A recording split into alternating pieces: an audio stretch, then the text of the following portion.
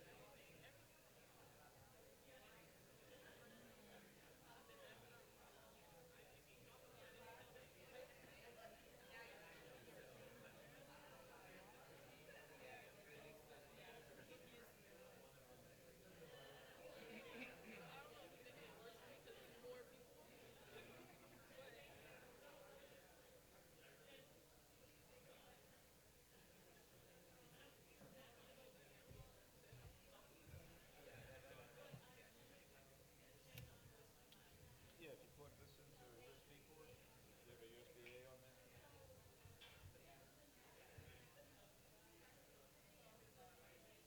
Okay, let me see. No USB or no USB-A? Do you have a USB-C? Okay,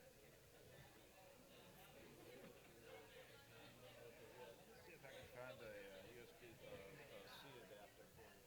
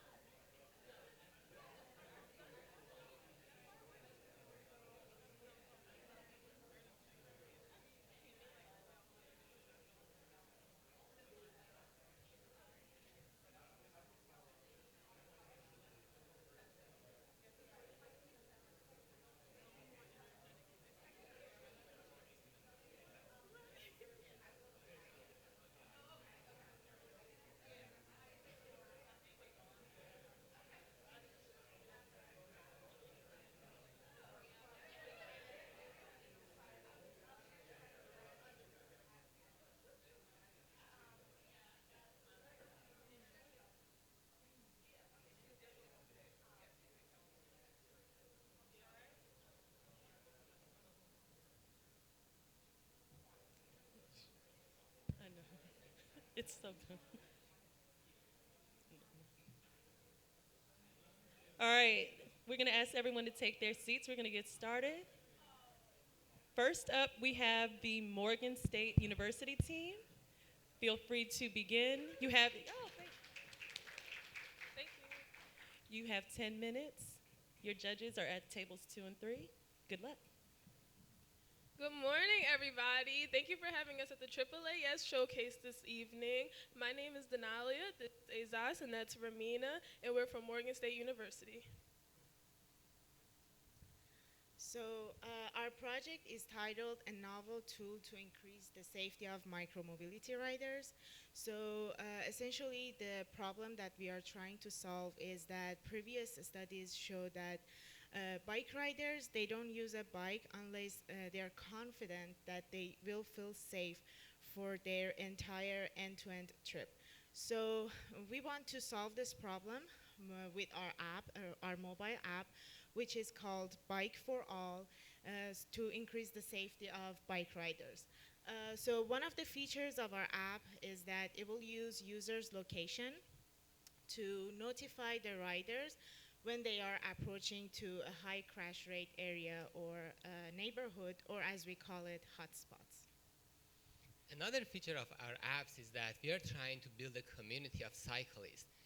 In our app, you are able to add your friends, find your friends, and make a community among yourself if you would like to be more in touch with cyclists. It's going to be very good, specifically for females that they want to travel to some specific areas that they don't feel safe. Then they can have some company with themselves. Another feature that we added to our app is that you can write a review about the quality of the pavement, the quality of the scenery, if it is good, not bad, or something like that. Besides that, we also added another feature that you can upload a photo about that review that you're talking about. In that way, people can understand that exactly what's the quality of that road and if they want to use it or not. 2 UN sustainable goals that we meet with our project would be good health and well-being for all the cyclists and sustainable cities. This basically means when we provide safe and affordable and accessible resources for cyclists, it prevents them from using cars that give out toxins and different types of gas. So our app is ready to launch. However, we wanted to first give credit to this competition, but after that, we are ready to deploy. So maybe we can show our app, kind of see how it works. So you can create an account with your email address and password. You can log in with email or password or also your phone number. So for now, we just continue as guests. So here you can see all the members that you can see their profile or add them as your friend. You can connect with them, share your ride and lanes together and just have fun. Also, you can change your picture here. You can change your name and edit, reset password, or as we talked about, add fellow cyclists. One of other features that we talked about is you can add a review for the bike lanes. So here you can see all the bike lanes in Baltimore City. With the use of this button, you can just add a review. You can give a title to it, a description, add a photo, set the location for the specific review, and add your review here. And then other thing that we talked about is hotspots. So you can see, for example, here you can see all the hotspots for this area, which is near Johns Hopkins University in Baltimore City. For example, this user is right now, it's in the one hotspot. Whenever he or she get out of the hotspot, it will get a notification, or whenever he or she is entering a hotspot, it will get a notification, something like this. So for now, we are not moving, so we can't show it right now how it works. So I'm gonna change the location of our simulator, so you can see just you exit at a hotspot, or whenever you enter a hotspot, it will say you entered a hotspot. I should have hit OK. And also it works whenever the app is running in background. You will also get a notification whenever the app is not running in your phone. And to summary, we want to just promote a culture for cyclists. We just wanted to everyone, women, men, people from LGBTQ community to belong to a community. Like we designed the logo in a purple color, which is kind of a neutral, gender neutral color. We just want to everyone to encourage cycling and just be healthy and safe. Thank you. Thank you. Great job, and great timing. So we have 5 minutes for Q&A from our judges. I have a mic here, so if judges want to ask questions, I'm happy to provide you the mic. Good job, Morgan State. As far as the adoption rates, how do you have a plan to get fast adoption, and especially with that targeted community? Have you identified certain groups that you would approach first to get the app? Yes, thank you very much. That's a great question. The very first thing that we are planning to is make sure that HBCUs are aware of that. This is one of the things that we would like for all HBCU universities to be aware of this app, and they can specifically be dominated by HBCUs and specifically females. Because one of the main feature is that we want to make for everyone be available, specifically those who do not feel safe in some neighborhoods. And definitely one of them is minorities, racial or gender minorities. Yes, thanks. Great, and I had a follow-up question really quickly, sorry. Sure. Privacy, that was a concern when I saw the community. Are users able to opt in or out? Especially with their location, because I don't know if you're aware of the new function that was launched on Instagram, where users' locations could be seen by anyone. So have you taken that into consideration for privacy of the community? So the thing is that when you install the app, it will ask you if you want to share your location or not. If you don't want to share your location, that's fine. You can just use the hotspot feature, but you can see all the hotspot near you. You just can't share your location, and that's okay. And the other thing is that we don't share the user's location with others. You can state that you can post something that I'm going there, like I'm going to one trail to bike. If anyone wants to join me, they can. But if you don't want to share your location, nobody will know about it. And also, one other thing is that if you don't want to create an account, you can also join as a guest. So you don't have an account, nobody knows your name, but you can still use the features of our app. So, oh, sorry. Okay, oh, sorry. So one question I had was just thinking about it, you're trying to increase safety, but one thing that occurs to me is using your phone, whether you're in your car or on your bike, is actually dangerous, right? Like, as you're looking at something.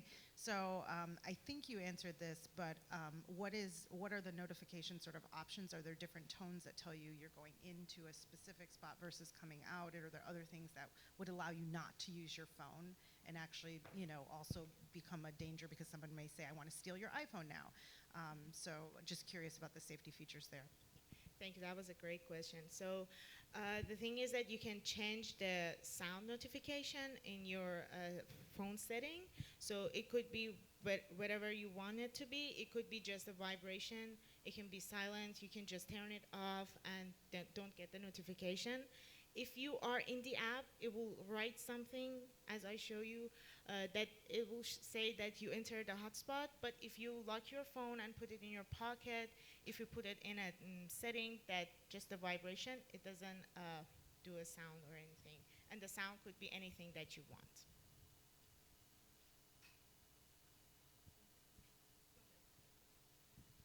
Great job. So what are the metrics that used to define the hotspot, and if it varies from cities to cities on the level of what consider hot? Thank you. So we used, for now, we just launched the app for the Baltimore City area. So what we did was we gathered data from 2020 to 2022 crashes all over the city. So we filter out the crashes that was related with a bicycle or a pedestrian, and we just kind of see what areas has the most crashes in these last 2 years. So we can have access to all the crashes for every city, like in United States. So we can do the same thing for DC, for LA, anywhere. Yeah, great job, everybody. Would love to hear a little bit more about your product roadmap. So you mentioned taking the data in Baltimore, but being able to have access to that data for other places in the United States. What other features would you like to add for this product moving forward as you get it out there, get adoption, and have more data? That's a great question. So one thing that when we presented our first video, I don't remember who was talking, but one of the judges told us that, so can you add elevation to your bike lanes? So that's a very good feature that one app can do, but it's kind of very hard to code. So we're working on it, but we couldn't do it for the showcase. It was a very long process, but one of the thing is elevation, that if someone wants to choose a lane, you can see that if it has a good, if they can handle the ride or not. And we have one final question so that we can transition to the Philander Smith College team. Here you go. Great presentation. I'm curious, what are cyclists currently using to keep track of safety areas and places where they should avoid? Can you tell me a little bit about your competition? Yes, thank you very much. That's a good question. Actually, based on the research that we did so far, there is no social media or anything like that the cyclists can find the areas which is not safe or something like that, or they can communicate with each other directly based on a platform that is specifically for cyclists. We did our research in all the apps and also in the online, but we couldn't find something. That was the main reason behind all the effort that we started and we initiated. And I think, to the best knowledge of us, this is the very first thing that's specifically for cyclists and to promote the culture of cyclists. Thank you so much. Great job, Morgan State. Let's give a round of applause to them. Philander Smith Cyclist, you can come up and get ready. They'll have 5 minutes or so to set up.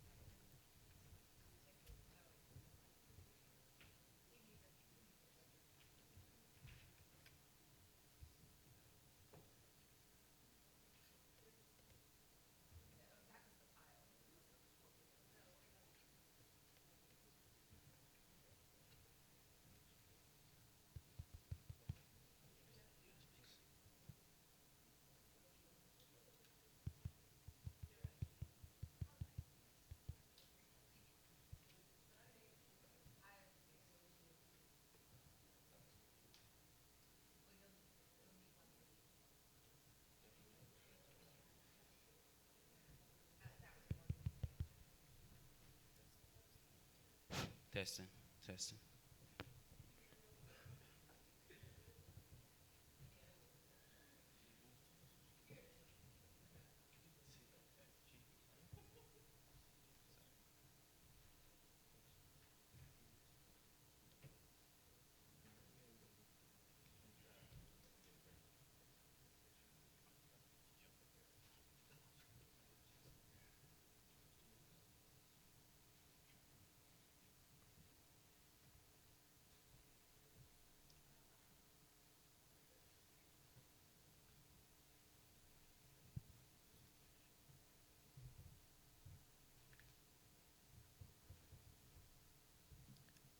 Are you ready? Yeah. All right. Judges, are we ready? Yep. All right. You can get started. Hello, everyone. How are we all doing today? Okay. Reason with me. What is one of the major hindrances we consider when we're talking about the forward movement of creating sustainable cities and communities? Well, your guess is just as good as mine, and the answer is waste. But let's break that down. Let's talk about e-waste this time in terms of management and recycling. Meet Kim, a young lad whose parents migrated from Asia to the small town of Little Rock, Arkansas. Kim lives in a state that produces about 6,000 tons of e-waste. He lives in a country that produces about 7 million tons of e-waste. And he lives in a world that produces about 50 million tons of e-waste all annually.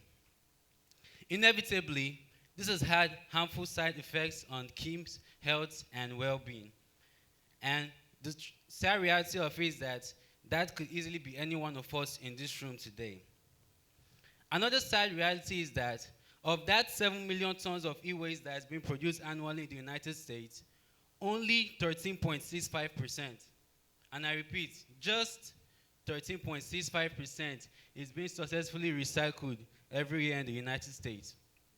But our mission here is to make sure that we increase that percentage significantly. And so, this is where our value proposition comes in. Currently, there are no solutions. There are no mobile. Currently, there are no mobile solutions to e-waste in our society, and that is where our idea comes in. Cycling is when you think of cycling, I want you to think of DoorDash, but this time not food deliveries. I want you to think of e-waste pickup. Cycling, it's just like with cycling you could either recycle, donate, or trade on our app. So next slide, please. Cycling reduces the stress of e-waste recycling, so you could just recycle at the comfort of your fingers with donating, pickup, or trading. And the question here is, how do we motivate users to use our app? Anytime you perform any of these three actions, recycling, donating, or trading, you get points, which you could use to get gift card with our partners. Next slide. And then we have a facts page. The facts page is basically just used to eliminate doubts about e-waste recycling. Next slide. Now, as we all know, not all great companies didn't start alone. So who are we going to partner with to make this come to fruition? So we're going to partner with NGOs in Arkansas and also Walmart and Amazon who have the resources to maximize our outreach. Now, the big question here is, how do we reach these people in Arkansas who are our main target audience for now? First of all, we have collaborative advertisements. So some of our key partners, they have recycling goals that they like to accomplish every year. So what we do is we provide them with a platform to make them reach these goals easier. Next, we have professional conferences. So we're going to utilize opportunities like this to talk about our business, to basically reach out to more innovative minds, just know about our black-owned business. And last but not least, we have social media. So based on our research, people in Arkansas mainly use Facebook and Twitter for social media, basically. So we're going to leverage these spaces to reach out to more people in Arkansas. Now, how is this going to grow over the years? So for the first 5 years, we're going to focus on making recycling of e-waste easier in Arkansas. And then based on the success of that, we're going to move to all states in the South, and from there, all states in the United States. Now let's talk business. Firstly, I would like to highlight that our main goal is not to make profit, but to provide a more sustainable environment. However, after the first 2 to 3 years, we budget to start making profits. Also, right here is our cost structures, and here you could see all the expenses required for the first year. And you can see that the cost of app design is being waived. That's thanks to my software engineers. They're the ones that will be in charge of designing our app. And right here, you can see that the total is $90,000. Next, I would like to talk about our revenue streams. We have the business to business. We intend to make money from businesses, which are our partners, by promoting their products on our app through incentives. And also, we intend to make revenues from customers by charging 5% on every device that is being traded on our app. Now for the SWOT analysis. For our strengths, on our app you can trade all kinds of technological devices, while for our competitors you can't do such on their app. Talking about Apple, you can only trade Apple devices, but on our app you can trade all forms of technological devices. For the weaknesses, on so like I said, our app is not necessarily like profits oriented. So as a result of that, um, it's not profit oriented, and as a result of that,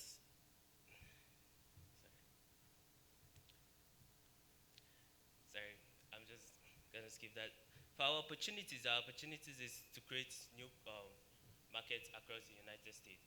And then our threats are our competitors, which are Apple, like I said, and Echo ATM.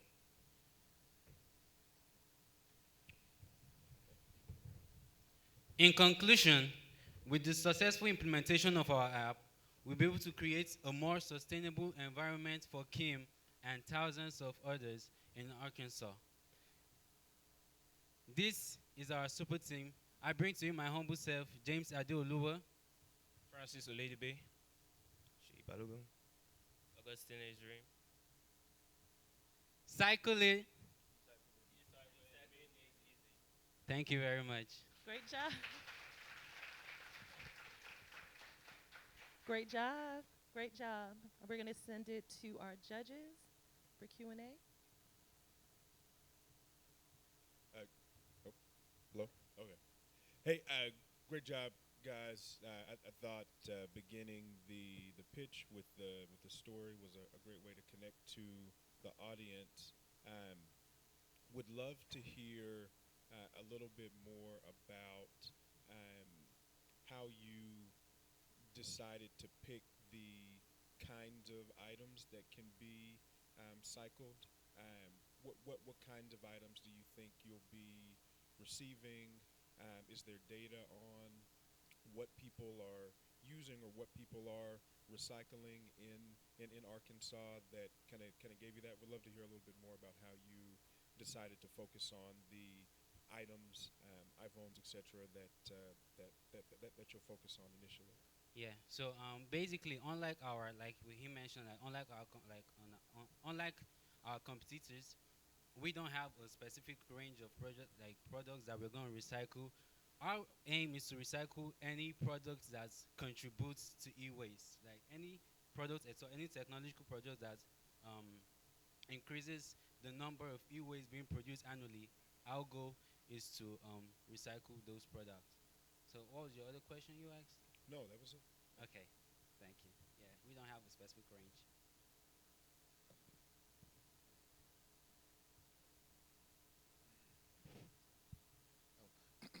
Great concept. Love the idea around e-waste. Thank you. Curious about your collection model. How are you going to get people to adopt this particular app, and or send in their items that you're looking to collect? Can you repeat the question real quick? How are you looking to get people to use the app in terms of like driving users to? How are you getting the products or collection of those devices? So earlier I spoke about incentives. So anytime a user either donates or trade or do any of the actions with our app, we have like an incentive. You get points. It's just like Southwest, right? Anytime you book a flight, you have a specific point you get. So anytime you do any of those actions on our app, you get a specific point, and those points could be used to get like in exchange for gift cards with our partners like Walmart, Netflix, all of those stuff. And then what was the other question? How are you planning to collect these devices? How do we plan to collect? So basically, it's just like I said DoorDash earlier, right? So we're going to be like DoorDashing, kind of like anytime the user makes an order, right? There's someone that's going to come pick it up and then take it to either of the maybe a non-governmental organization or like a recycling spot in Arkansas. And how did you account for that cost in your cost structure? Huh? How did you account for that cost in your cost structure? It's in the design. So basically, that's what our app is made to like. The app design. So basically, that's what our app is meant to do. Like for it to be able to like place orders and all that. So I get what you're saying. How it's gonna pick up. That's where transport cost comes in. We're gonna have people that we partner with that we drive up to the pickup location, take the product from the person, and to wherever it is being recycled. Thank you. Thank you very much. Great job. Thank In you. terms of the after you receive it, Yeah. so you basically send it to recycling. There is Yeah. another Yeah. where they actually get iPhones and Yeah. cycle. So I know you said it's not for profit or more like non-profit, but still you have to survive. You have to come to Yeah. business, right? So tell us about cradle to grave pathway. Where you want to monetize this? So we plan on monetizing by charging 5% on all devices traded on our app. I don't know if that's exactly what you're asking. Yes. Also, I know you mentioned EcoATM, right? So based on our research, we found out that EcoATM only trades, tablets and phones. But we are doing all electronic devices. So just knowing that will make more users to actually use our app compared to EcoATMs because we can trade in laptops, phones, tablets, AirPods, anything electronic that can contribute harmfully to the environment. Just like you're saying, like when we're able to build reputation, the amount like is going to result in a lot of people using our app. And he said like for every transaction, we're going to charge like a little percentage of 5%.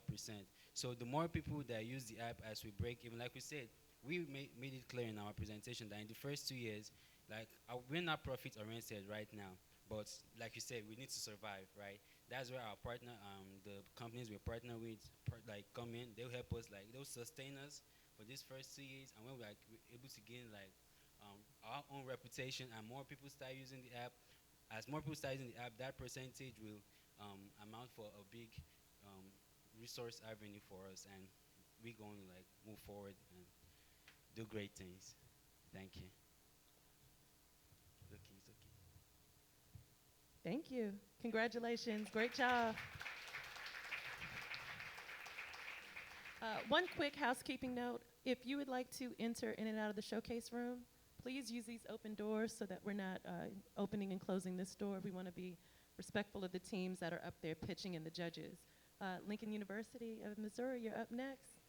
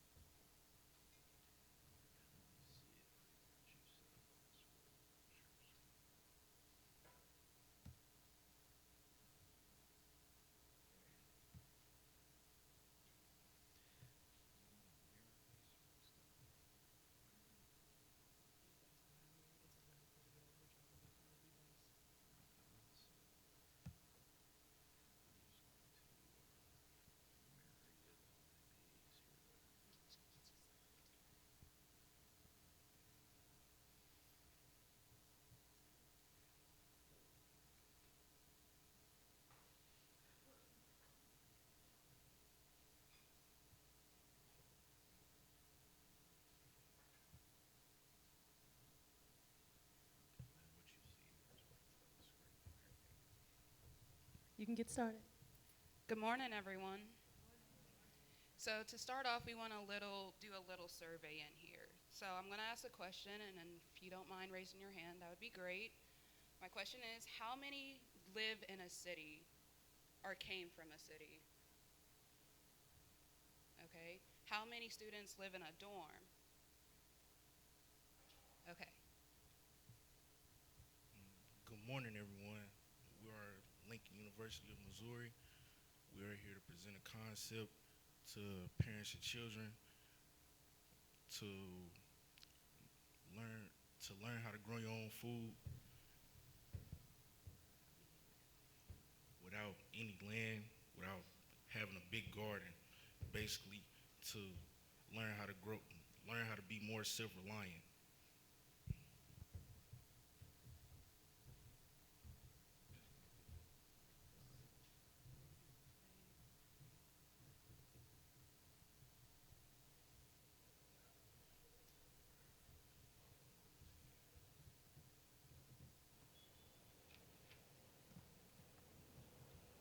But people are now reactivating a technique that the Inca's predecessors installed in the mountains over the city some 1,400 years ago.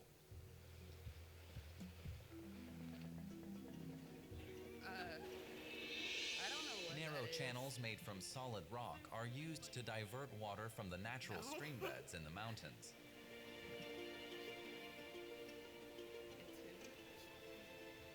The principle behind these amunas is simple, Yeah. yet ingenious. I don't know what that sound is. We don't have anything playing Amunas are up a here. pre-Hispanic infrastructure designed.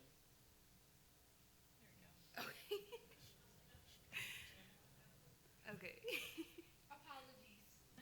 Please excuse us. Go ahead, start over. Can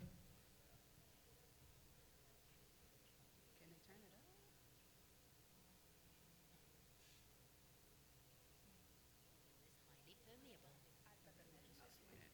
During the rainy season, water no longer rushes down into the valleys. So I'm gonna explain what's going on during the video. So right now, as you can see, Dashaya, she is showing us how much amount of soil to put into the pots, which is like 2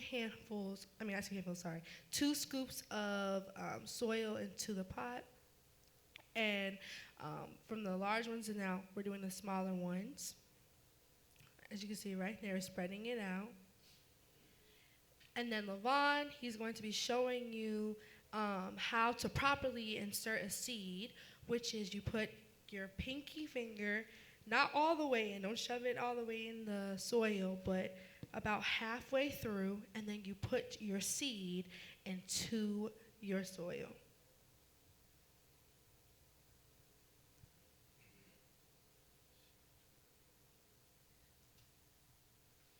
Now, you can see that Alexis right here is pouring water, just a little bit, not too much, because you don't want to over water it, because it's not going to grow properly into your pots. And then Dashaya is showing us a different method of using soil by placing it in a cup of water, and she goes more detail about that.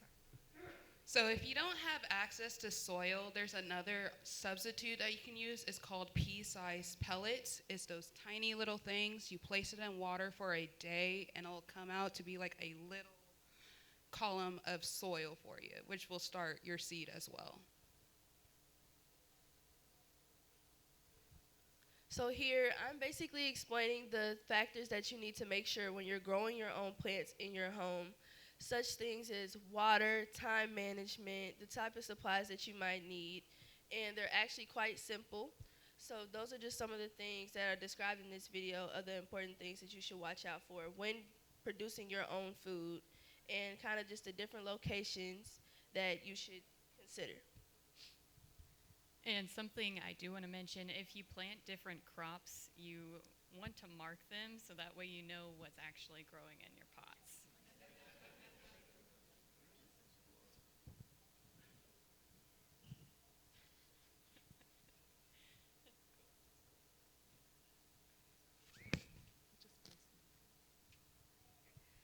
I'm also showing after Cameron's process how you transfer the smaller plant into a larger plant. Like if it's something like a corn, something like a plant as a corn, for example. So as you can see, that's beans. We have beans, corn, and carrots. Yep. And then you can see it then.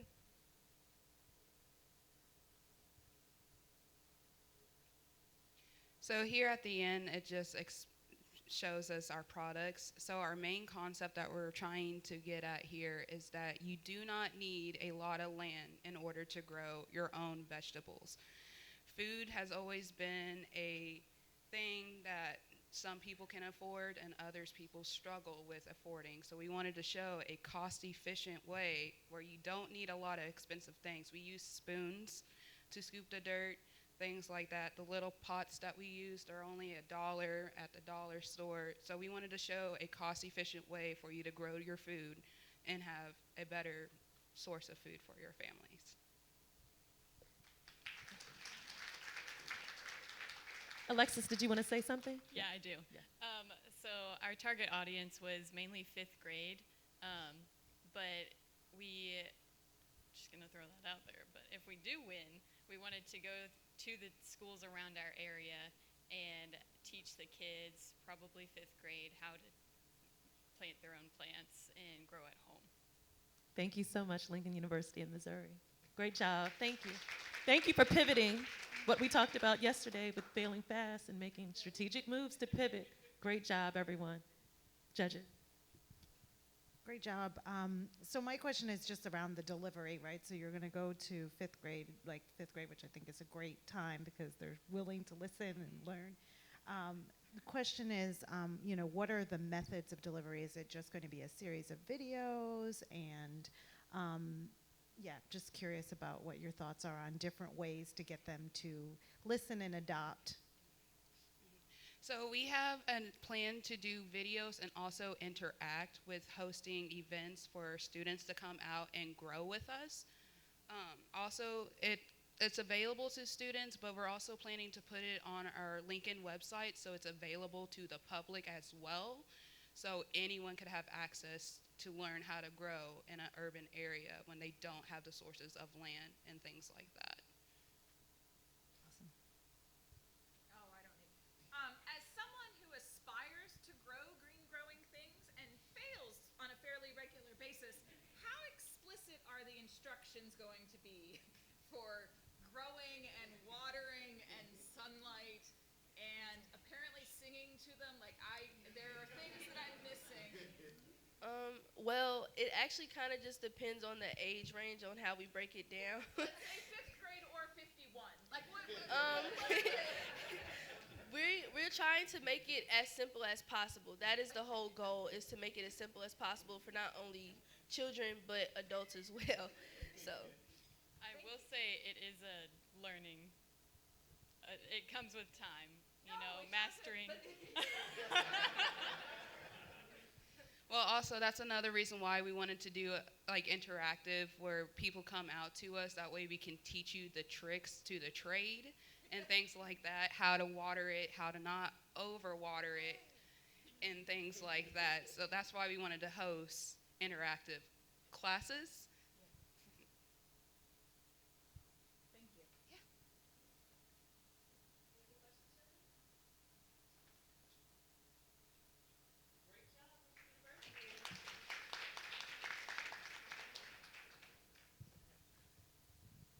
Thank you so much. We're going to have the Bowie State University team come up.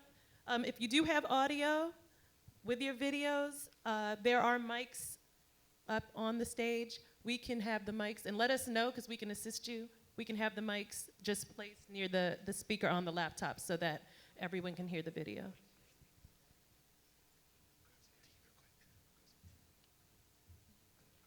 Oh, yes.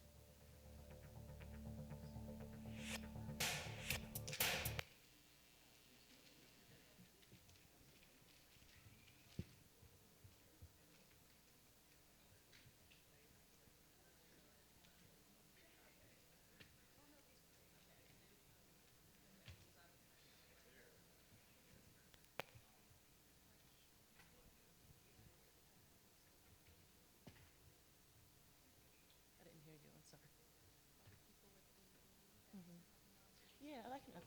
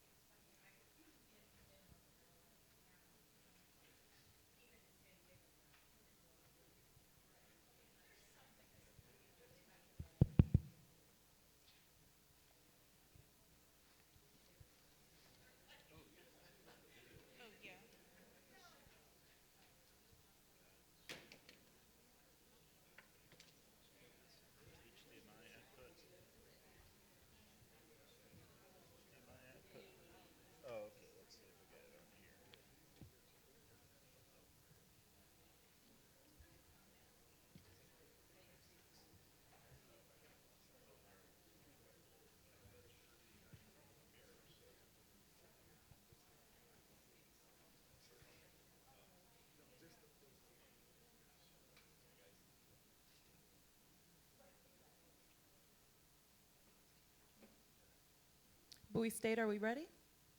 Yes. Okay. Bowie State University, everyone. Good morning, everyone. We are B squared C, Bowie Bringing Change. My name is Jalen Moody. My name is Jeremy Boyd. My name is Pierce Gladden. So the UN sustainable goal that we chose was number 3, the good health and well-being. And our target area was by 2030, substantially reduce the number of deaths and illnesses from hazardous chemicals in air, water, and soil pollution and contamination. So our problem statement is, organic chemical substances, POPs, which are persistent organic pollutants, contaminates bodies of water, affecting plankton, resulting in contaminated fish that is harmful for human consumption. Collecting and analyzing the water is done manually, where water samples may be lost or compromised before being analyzed. So you may be asking, what is POPs? So POPs, persistent organic pollutants, are also known as forever chemicals, and they are highly toxic synthetic chemicals known to be carcinogenic, which means they accumulate in the fatty tissues of mammals, fish, and birds. So what is our purpose? So the purpose of our project is to examine the impacts of POPs on marine life. Marine life defined as sea life and ocean life, which means all living things are found in the sea. Chronic exposure to low doses of POPs have been proven to cause reproductive and immune system deficiency according to the EPA. Our purpose is to create a more efficient method of collecting water contamination data by automating the manual process of analyzing the water data. So who is our project for? It is targeted towards the marine conservationists. Essentially, some companies that we have listed are the Marine Conservationist EX, U.S. Fish and Wildlife Services, Pacific Institute, Columbia Water Center, as well as the World Water Council. So essentially, our problem is scientists have a manual way of collecting water samples. They have to go inside their car, drive to a testing site, collect the water samples, and then go back into the laboratory. But what would you do if you drop the sample, or you spill the sample, you lose it in that transit? You'd have to go back into your car and then go back to the testing site, collect a new sample, and return back to the laboratory. So our solution is to create an inline extraction or an automated way to pump water through a passive sampler. And doing that, you can withstand, it can withstand temporal dynamics, which means our device, our solution, can withstand different seasons. So a passive sampler is a way to obtain qualitative data using a collective medium. In our instance, we have created a sensor. So our prototype design is a device that will house 3 different types of water sensors capable of being placed in both fresh and salt water, collecting water quality data, and collectively it will send the data via a cloud-based network infrastructure to the appropriate stakeholders. So our design is composed of an ORP, or an oxidation reduction potential sensor, a turbidity sensor, as well as a pH sensor.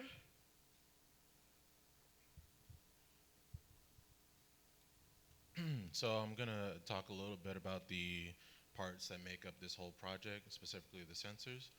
So what you see here in the first top right corner is a couple Arduinos that connect directly to the sensors. To the right, you see Raspberry Pi, which actually has the cellular board that allows us to connect to cellular towers wherever we want. Bottom left, you see the pH sensor. Bottom right, you see the turbidity sensor. Then go to the next slide, please. And the picture to the left that you see is the remote power source that will be used for the project. And then to the right, you see the ORP sensor.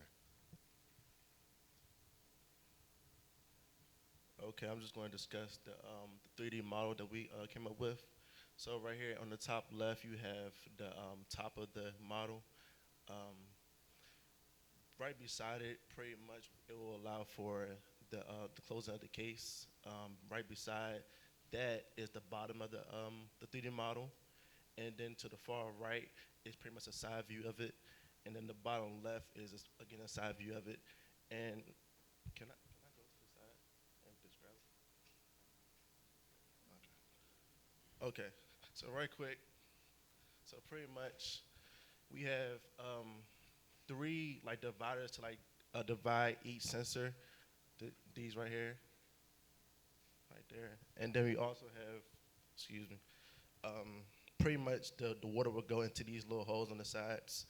This is the casing that will allow for it to, close, and the 3D sensors will go directly through this hole right here. And this right here is the bottom case that will allow for it to come pretty much like a key lock that will close it at the bottom so the sensors don't, just drop through. And yep.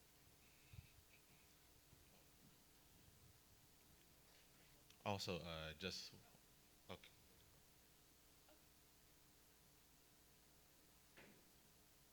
Also, this isn't like a big thing about the 3D model. I just wanted to point out that that little lip that you see on the little sliding door, I made that. I just want to point that out.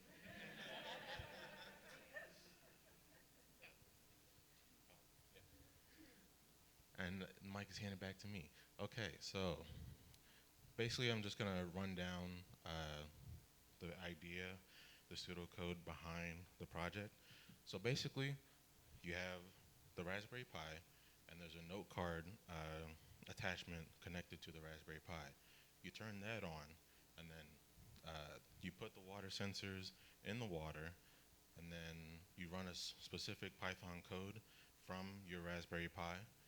Then, because you ran the Raspberry Pi program, the Arduinos will run their code, and then the sensor data is running, or excuse me, the water sensors are running, and then the water sensors send the data to the Pi, and then the Pi that utilizes cellular data in order to connect to the towers will receive the data, and then you will be able to view the data from the API called NodeHub that we utilized. And then basically, this process will repeat every 60 seconds. And then lastly, from the remote power source, if there's no more power left, then it'll just shut off. Specifically about the remote power source, if it notices that there's no power left, it will turn the system off itself so that it doesn't risk damaging the data. Okay, and that's the end of our PowerPoint slide, but we do have a demonstration for you all.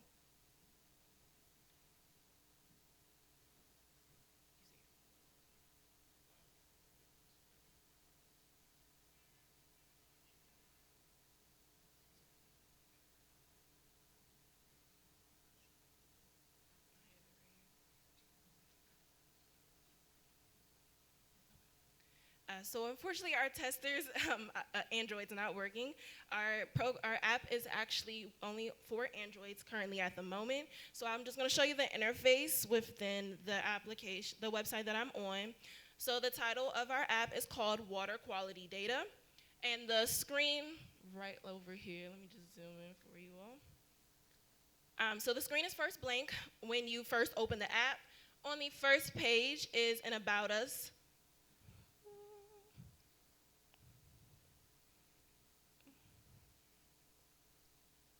Give me 1 second, I'm sorry.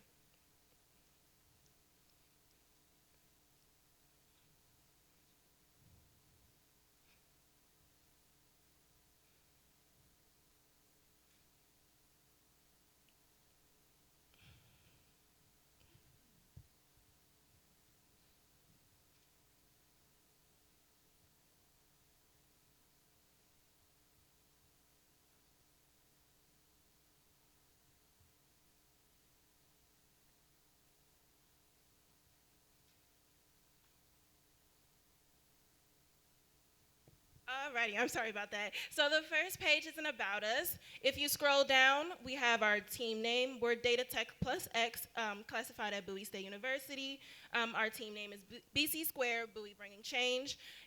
We were founded in 2022. We have a brief description about ourselves, and then you get to meet the team members, peers, some of our experience and qualifications in Java, C++, and Python, as well as our interest in networking security and network infrastructure. It also states our mission and vision. This next one is our data dashboard, where you can click into each sensor. We'll discuss different sensors later on, but we have the pH level sensor and the turbidity sensor. It also can describe the water acid and chlorine sensor, excuse me. And on the last page is a contact us page with our emails and the team name. But the main important part of our app is this website portion. When you click this link within the website, it will take you to our webpage, BC Square Bowie Bringing Change Water Quality Data website, where you can see firsthand the sensors working as we test the water. So when you click Dashboard Overview,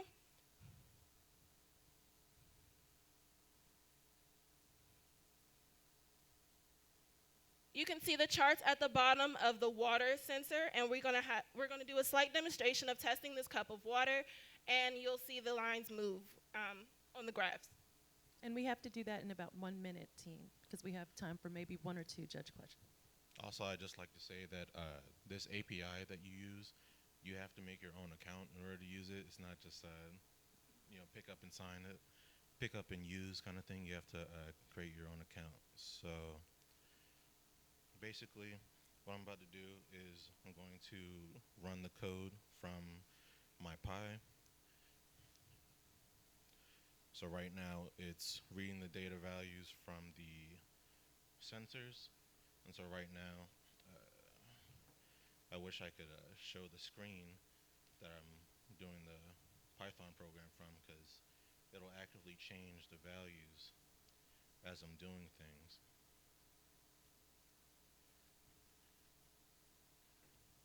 But essentially, that's what it'll do. So it's currently communicating with the Arduino and the Pi, and then if we, how do you refresh on a Mac? I don't use a Mac, guys. So if you refresh, you see that there's a new data value that showed up. If you were able to click on the side, yeah. So basically, if you click on it and you go to the body, you should be able to, well, that was the first thing, so let's go back. I want to be able to actually show off.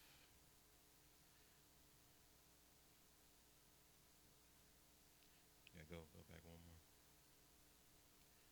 Refresh it.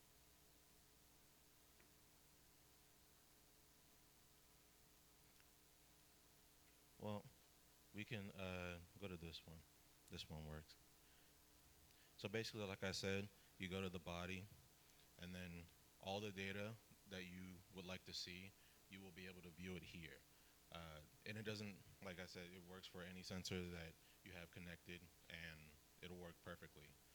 Again, this is also since this uses cellular and it has a remote battery, you can use it anywhere. Also, specifically about the card that on top of the Raspberry Pi, it has geolocation on it. So you would know where your board was connecting to, where it is, and if you know, I mean, being honest, if you know where it is and it turns off, you know the general area. Hopefully. Hopefully it didn't get washed away. And yeah, that's it. Sorry. Thank you. No problem. We have time for 2 questions. Great presentation. I'm curious about your customer. Who do you imagine would be, you told us a little bit about the user. Can you tell me a little bit about who would be actually purchasing this product and describe them a bit? So we didn't do much research of specifically who. Unfortunately, we left that more generalized, as in the presentation where we stated marine conservationists, but essentially when I spoke to one interviewer, his name was Dr. Michael Gonzer, if I remember correctly, and he states that they have to get the funding through the state, if I'm not mistaken. So essentially, it will be the companies that we are kind of promoting our product to, which will then hand it to their scientists. Also, I would just like to add that this is a general project that anybody could pick up, scientists or average citizen, average Joe, just for simple experiments or being able to test things that a scientist would want to, but they can't exactly get to in terms of availability and access. great presentation, great objective. One thing that you may want to look at actually is measurement of POPs are pretty involved. You may want to look at the sensors you picked, because if I want to measure pH, fine, it's good, and the whole thing works nicely. But POPs is very involved, so that's the reason we take a sample manually and take it back to the lab. Just look into it. Thank you.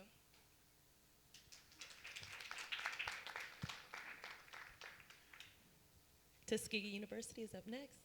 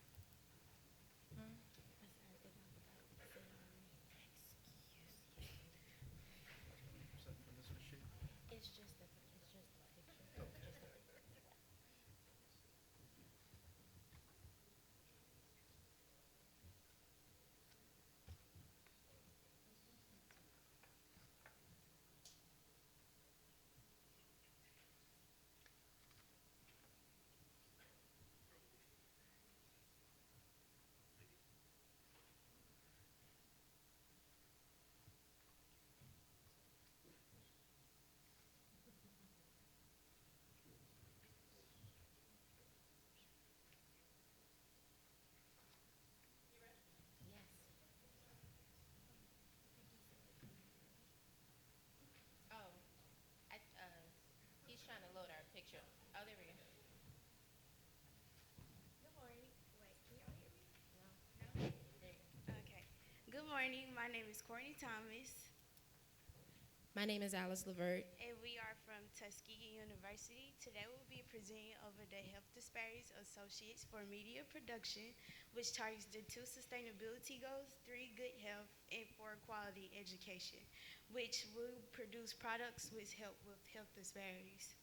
Our business provides resources pertaining to various health disparities through various mediums such as social media. For example, Instagram, TikTok, Twitter. We'll also be having our own website, which will be a hub for information for everything from how to find quality health professionals and clinics near you to how to obtain health supplies such as insulin and blood sugar meters. We'll also be using 3D models, which will serve as an educational tool when we teach about these diseases. And we'll also be launching our own podcast in December. The starting investment would be approximately $270,000. So $20,000 would go just towards starting a business, starting a podcast, website, booklets. $50,000 would go towards graphics, 3D models, designs, content to grab our attention for the target audience. $20,000 would go towards producing more episodes or branching off to other areas of the business. And maybe approximately $150,000 would go towards like purchase office space to eventually have other innovators come so we can continue to produce platforms of our business and grow. And then extra $30,000 would be around for just any mishaps or areas that could possibly go wrong with developing the business. And that concludes our project. Yes. Thank you.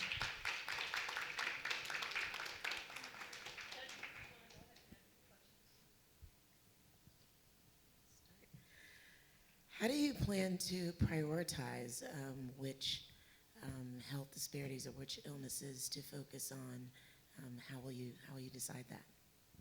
So at the moment, it's going to be overall. So it's going to be a hub for all health disparities. At the moment, we're not focusing on just one.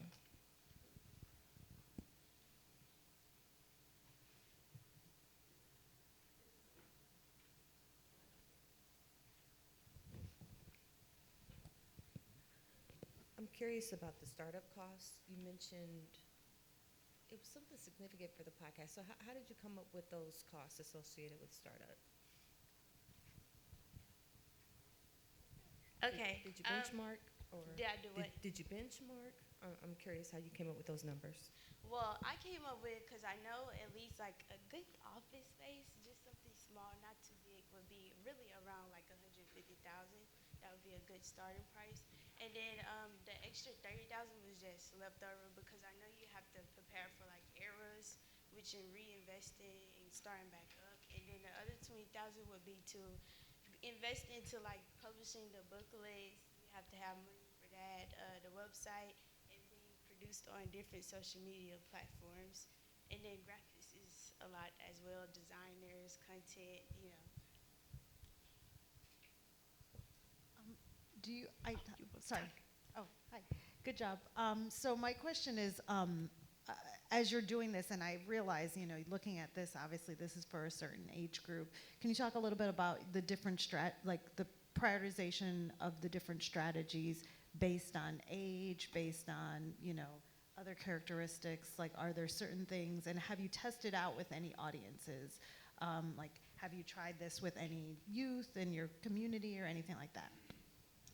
Okay, so yeah, we have tested out the booklets with youth in our community, which were from Tuskegee, Alabama. So there's schools in our town. So the booklets, we have booklets that are for kids in kindergarten up to around 5th grade, and then we also have informational booklets for adults, college students, high school students who can understand that. And the podcast is really for anyone.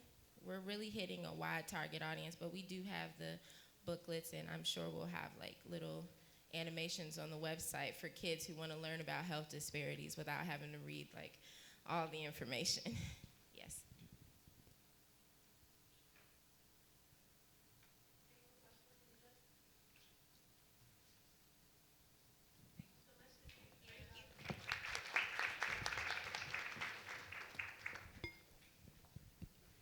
North Carolina A&T is up next.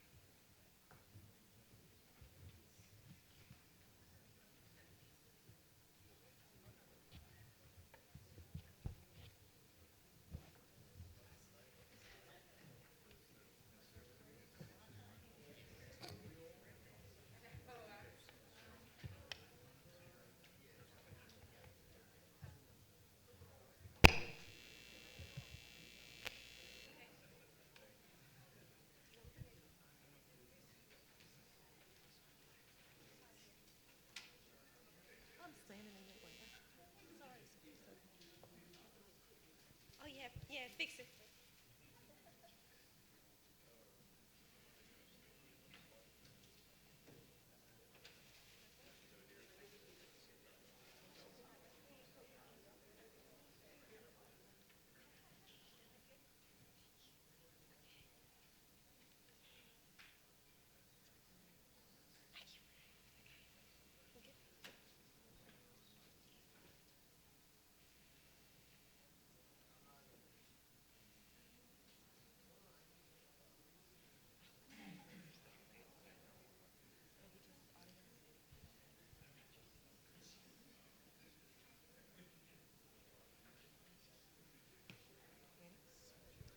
Once you're ready, you can get started, North Carolina A&T.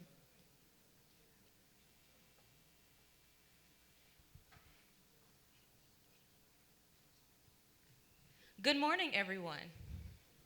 All right, we're going to try that again. Good morning, everyone. Hello, my name is Raquel Blunt. Elena Brock. Hakeem Eden. And Philip Yabua. And we are students from North Carolina Agricultural and Technical State University. We are in food and nutritional science, and our project today is ProGel. Okay, so starting with a little bit of background. The Times News reports that one of the top 5 New Year's resolutions is to improve one's diet. So, gonna need some audience participation here. How many of you enjoy foods such as kefir, kombucha, maybe yogurt, anything like this? Okay, I see some hands. Good. Well, you guys are in luck. These are all conventionally healthy foods. But why are they conventionally healthy? Well, it's because of their abundance of probiotics. So, more background. What are probiotics?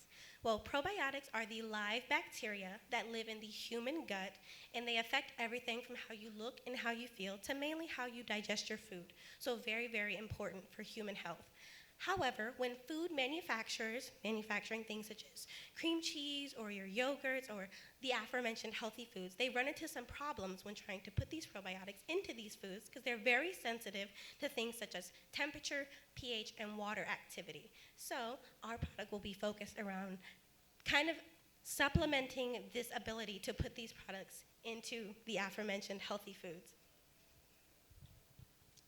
Thank you, Elena, for that great presentation. In addition to what she said, come to think of your favorite foods such as French fries, of which I enjoy a lot, chocolate bars, and some other flavored products such as yogurt or ice creams.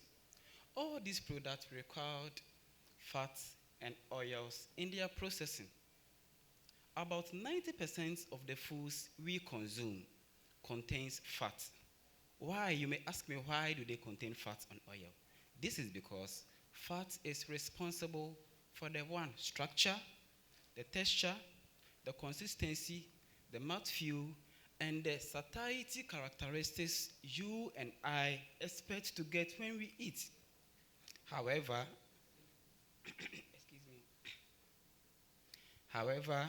there was a problem. Why is this problem? Because health-related issues have led the U.S. Food and Drug Administration, the FDA, put a ban on the use of these fats in foods. In lieu of this, the food industries would have to revise their product recipe to reduce the hydrogenated oil and the saturated fats in food, because these saturated fats cause a lot of problems such as arteriosclerosis, cardiovascular diseases, obesity, and diabetes. And therefore, food industries would have to find an alternative. This made the food industries go into using palm oil.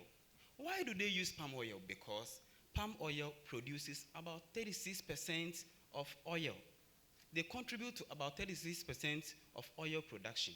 And with this 36%, 2/3 goes into food production. So these food industries are now running into the use of palm oil. However, the world leaders are reducing carbon footprint. You know, carbon contributes to spoilage of ozone layer. Carbon dioxide release of fossil fuel contribute to spoilage of the ozone layer. And you and I, as human beings, we need to protect this ozone layer. Therefore, palm oil is not sustainable in the use in the food industries. This leaves a great burden for the food industries to still continue to look for alternative use of fats and oil. And with this high demand and burden on the food industries to look for alternatives, and also with the instability of probiotic delivery system, we Team Progel, we are trying to create this system which will reduce the burden on the food industries to get their alternative fat and oil usage, and also get a system to carry probiotics. Thank you. Thank you. So our solution for these problems is oleogel. It looks like this. It's a 3-dimensional structure created through oleogelation process, which traps the liquid oil and form a semi-structure that limits the flow of the liquid oil. The oil in oleogel is converted to gel-like materials without changing in the characteristics of the oil. In addition, there are like some research has shown that oleogel can be used as a saturated fat substitute. In our product, oleogel emulsion, so we mix water with probiotics, we mix it with the oil to create a new system that can be added to our food, such as like salad dressing will be like liquid like this, salad dressing, or oleogel can be added to the cream cheese or ice cream, or we can make it as like a capsules, so you can have it. So one thing about our project, ProGel, is that it uses only FDA-approved ingredients and food-grade ingredients. Furthermore, ProGel is cost-effective. Our primary components are beeswax and soybean oil, which leads manufacturers to easily be able to manufacture and not spend a lot in the production of this, which leads to consumers having more probiotic viability and just consumption of those probiotics, which will lead to good health, which are one of our sustainable goals. Thank you very much for your time. Thank you.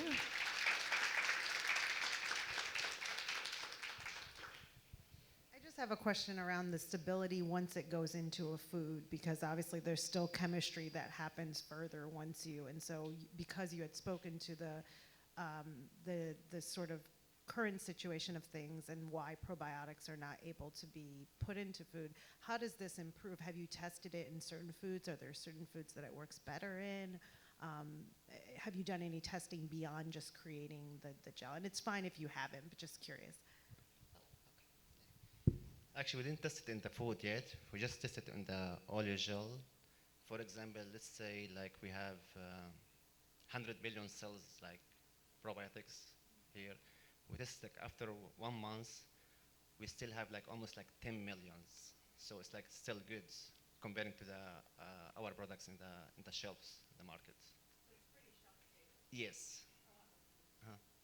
And also we can use it as like a carrier for like some vitamins, because it has like oil and water, and as we know, like vitamin E is oil soluble, and like vitamin C like water soluble. So we can use it as like a carrier for vitamins. So. Hey, great job with your presentation. Curious to know, is this only for food manufacturers, so for commercial use, or would this ever be viable as a at-home use product, something that everyday people could add to a recipe? So looking at what we have prepared, it has many uses. We can see it in the pharmaceutical industry with some of our topical applications. We can see it, of course, in the food industry, or as well as the cosmetic industry. We're food scientists, so we are, of course, focusing on the food relationship. But yes, we can see it working in consumer lifestyle and just day-to-day. And I guess if for a consumer, is there something that it would replace in terms of being in a recipe? Well, replace-wise, if they're trying to reduce their saturated fat content, then yes, we can have examples of like cream cheese or yogurt where it's being switched out, and that is a better alternative to utilize in their day-to-day life. Got it. Great job. I see this as a dual-use food technology. Has any consideration been given to partnership with like companies like Cargill or certain independent brands to begin the testing and the success stories? Yes, so one of the privileges that North Carolina A&T has is that we currently partner with Chobani, so they actively search out students and new technology from us, and so that was one of our main partnerships that we were looking at first.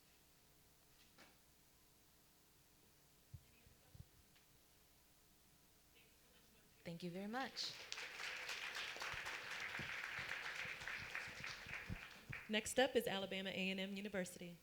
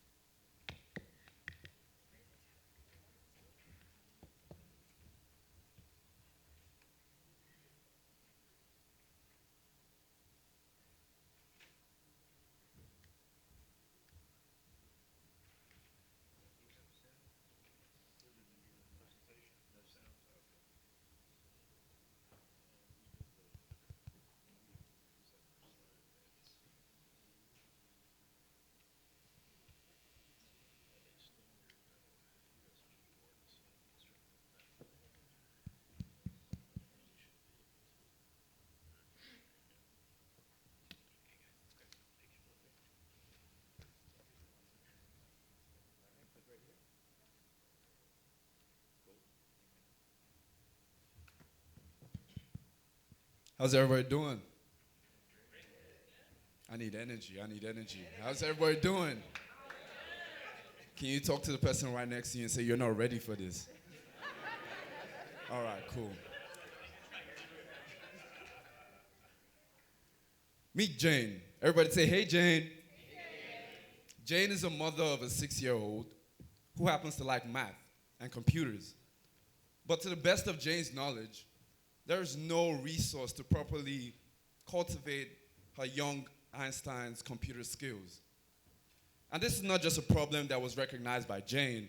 This is also a problem that was recognized by the United Nations in their Sustainable Development Goals to ensure inclusive and equitable quality education and opportunities for all lifelong learners. And with this problem, we present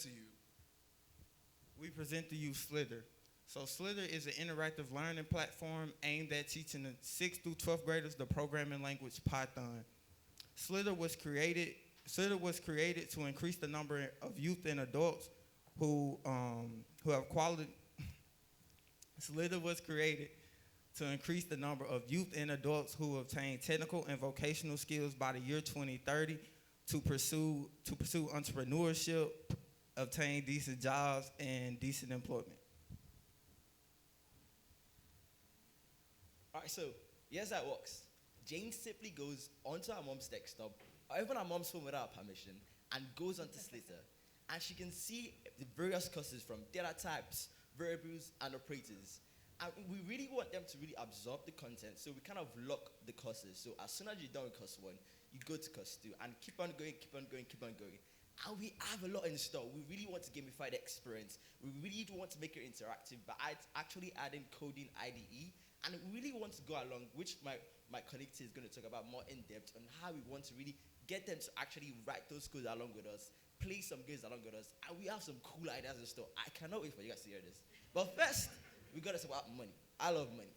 But how are we going to make this idea come to life? We are going to spend $360,000 on app and $360,000 in total. And out of that $360,000, we're going to spend $80,000 on app development. We are going to spend $100,000 on consulting because, again, we're not the expert, but we want to bring this to life because we want to consult to educational systems to actually figure out what works best for Jane. We want to work with people. And we're also going to spend $60,000 on marketing because, again, you need to distribute your product to people in order to use it. And we're going to be spending $120,000 on legal contingency.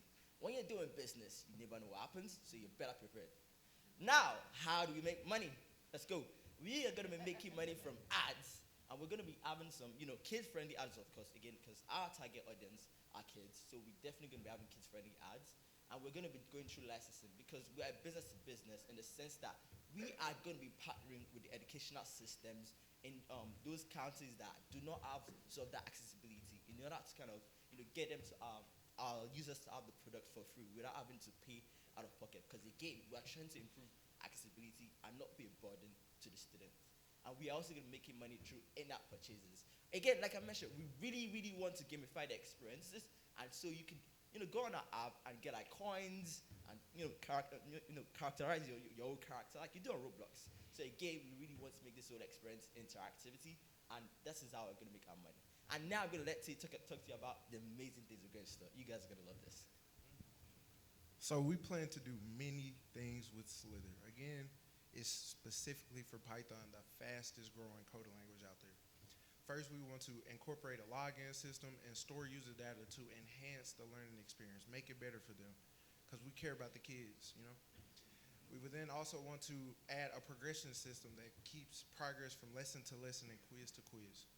We also want to gamify the experience by using things such as VR. They can go in and, with the goggles and type the code in right there and then see what the code does live. That would make it more gamified for them. Last but not least, we want to add things such as in-program IDE so they can code while they're in the website. They don't have to download external apps. We also want to add mock interview questions, get them prepared. What are you going to expect when you're trying to get a job in the real world?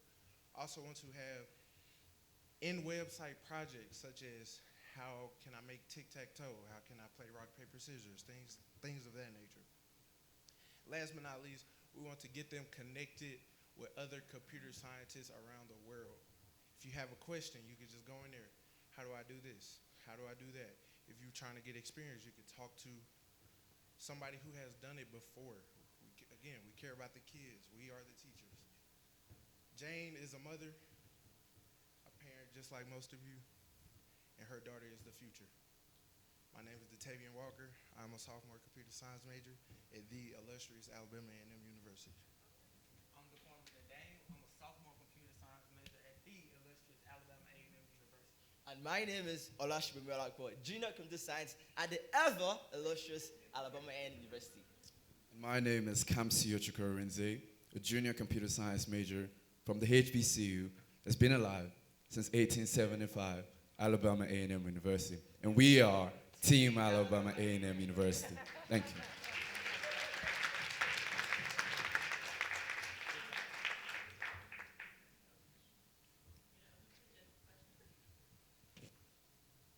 Wonderful. Have you identified organizations to partner with and test your product? And if so, have you considered us? So as far as testing a product, we want to, microphone. Hello, mic check.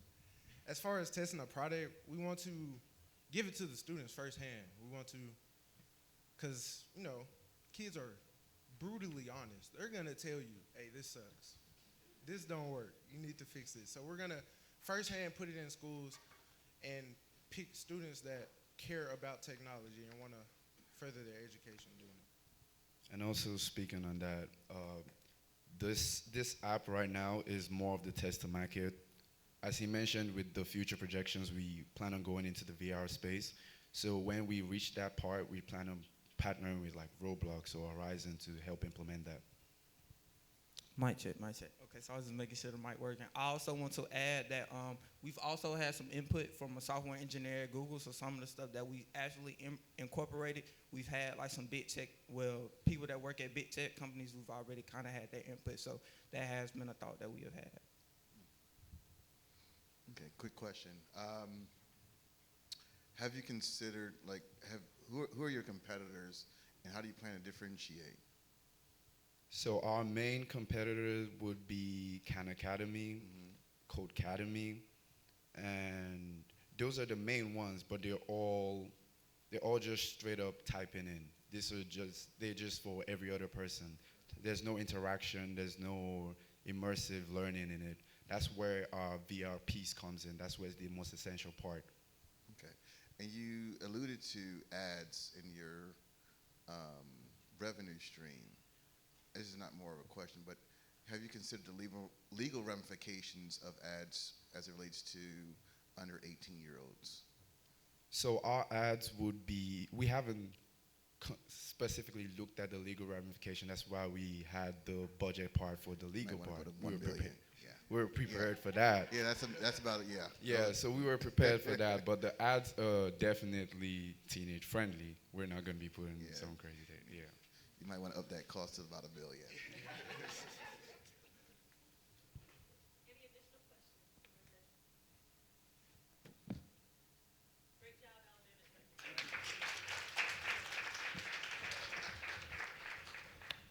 Next up, we have Eco Home with Philander Smith College.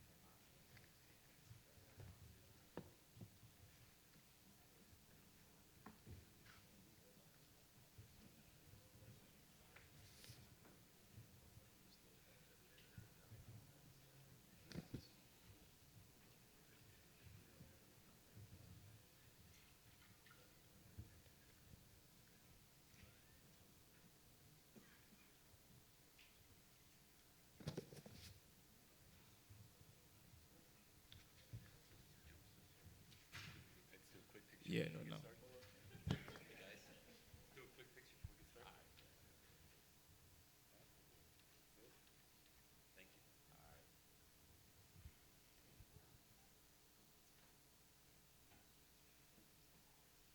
Good morning, ladies and gentlemen.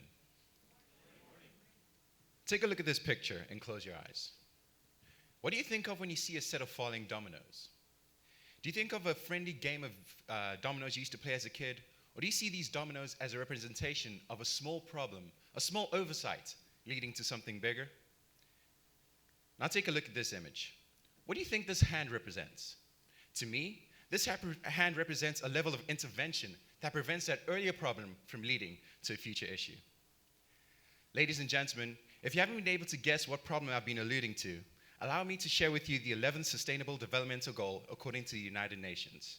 That is, the case of sustainable cities and communities, and why we believe without proper intervention will lead to a serious problem in the future. According to the Environmental Protection Agency, unsustainable development in the city level is the leading cause of carbon emissions and water wastage within the United States. The rising temperatures and polluted atmospheres are only testaments to this. The 140 million homes within the United States constitutes 50% of all cities, and yet they contribute to 80% of all citywide carbon emissions. And this brings me to our discussion of our problem statement stating why we believe household mismanagement leads to unsustainable cities. Knowing that sustainable city development must begin at the home, we assess that household parents are most likely to be our target user. These individuals are likely already participating in efforts for household management and will most likely benefit from a system that enables them to control this. Interviewing this demographic, we found 3 areas of household management that we hope to address. These are waste, water, and energy. And I hand over to Sam to tell us more. Hello, y'all. You've heard a lot about the problem, but let's talk about solution. In my hand, judges, and everyone listening, I don't only have a prototype, but have a minimum viable product. The application on my phone, which you would help me click it, yep, is our solution to household mismanagement. This app was coded from scratch, which shows our determination towards solving this problem. This app has 3 sections: waste, water, and energy. And we're going to discuss these 3 sections. Let's start with waste. Help me click it. Waste. With waste, from user interviews, we saw that currently you have to wait a specific day before your trash is being collected. This is inefficient because I can throw a birthday party and have a lot of waste on Saturday, and my trash gets picked up Friday. That is what? 6 days of waste pile up.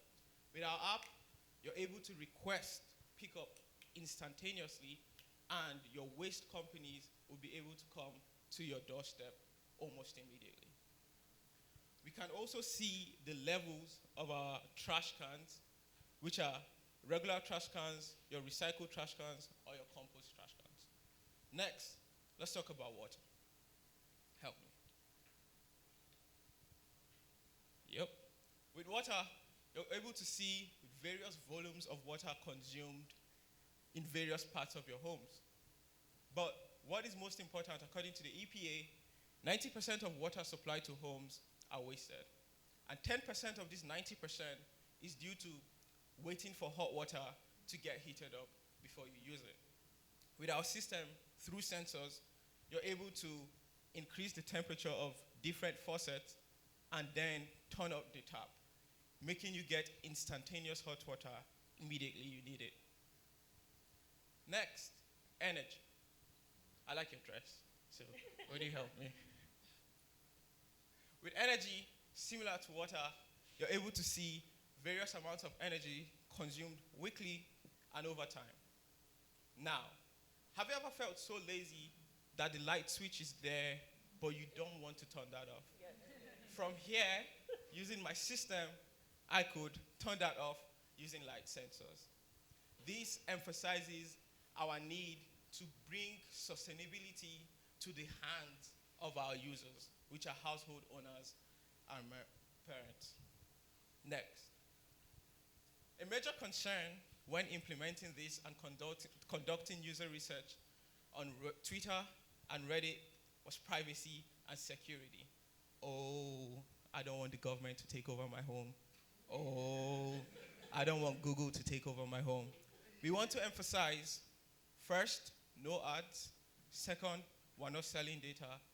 But the bedrock, the foundation of EcoHome is trust and the best of the best security practices. Now, Tolu. Now, let's talk about business. Our EcoHome sustainability system falls under the smart home automation industry, currently valued at $80 billion and expected to grow by 10% in the next 5 years.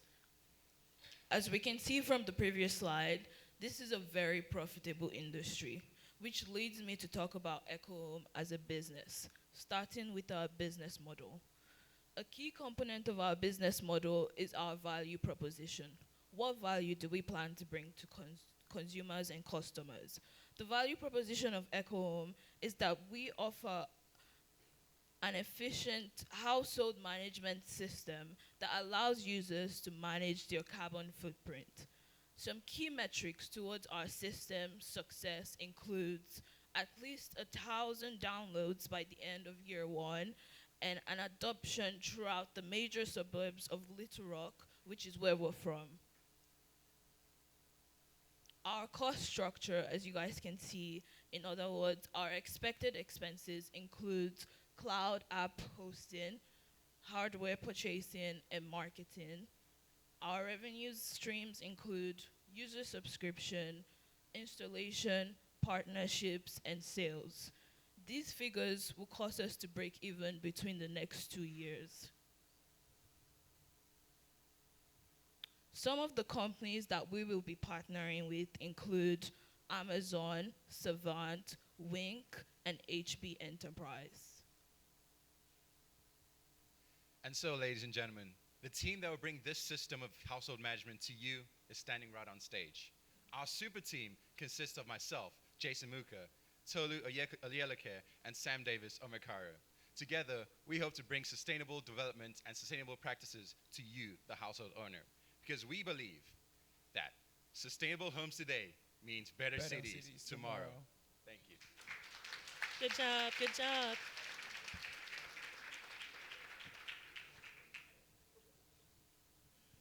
Great job, team. Curious to know, there are a lot of applications, a lot of benefits. There are a lot of pieces to what you can deliver to consumers.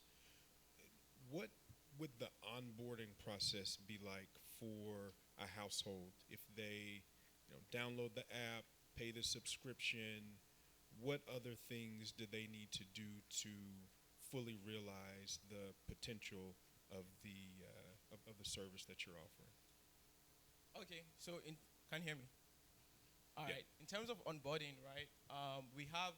In our prototype and on our MVP, we have various screens that let them know the impact of using our service, and so we display messages in a very visually appealing way, but we're very honest. So, for example, if you're using our service in this room, we'll tell you the exact number of sensors that are going to be in this room, and then where exactly is these sensors, the geographical locations these sensors are positioned, so that it's more like us trying to build trust, while onboarding. So that's the approach we're going for, if that makes sense.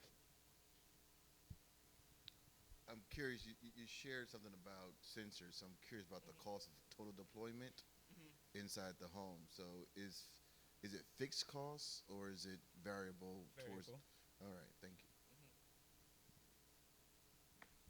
To just piggyback off of that, so do you see it as, so I'm actually a mom, so I would be your like that. This yeah, for you. This is for me, right? It's me. So I go and let's say I start the subscription. Do you send me a box of sensors? You do some research to find out what size my house is, and you send me. Oh no, you fill out when you buy it. Okay. When you subscribe, you fill out like a form of what you'd like. Okay. To sense or monitor or track. It could be your house, your call it Giza. I'm not sure what y'all call it. It's your water, like to get hot water. And Then, based on what you fill out, we send you a box of easy to fix devices, if that makes sense. And we also have a solution for teams to come out to assist the household user. That's what I was looking, to I kept implement. looking over here because I'm wondering, is there a cost for, basically service people to help Yes. you, and to, I imagine, okay, this sensor is not working anymore, someone needs to come out, okay. Yes. Absolutely. Thank you. Any more questions? All right, thank you. No question, but you should charge more. Thank you. Thank you very much. Thank you very much.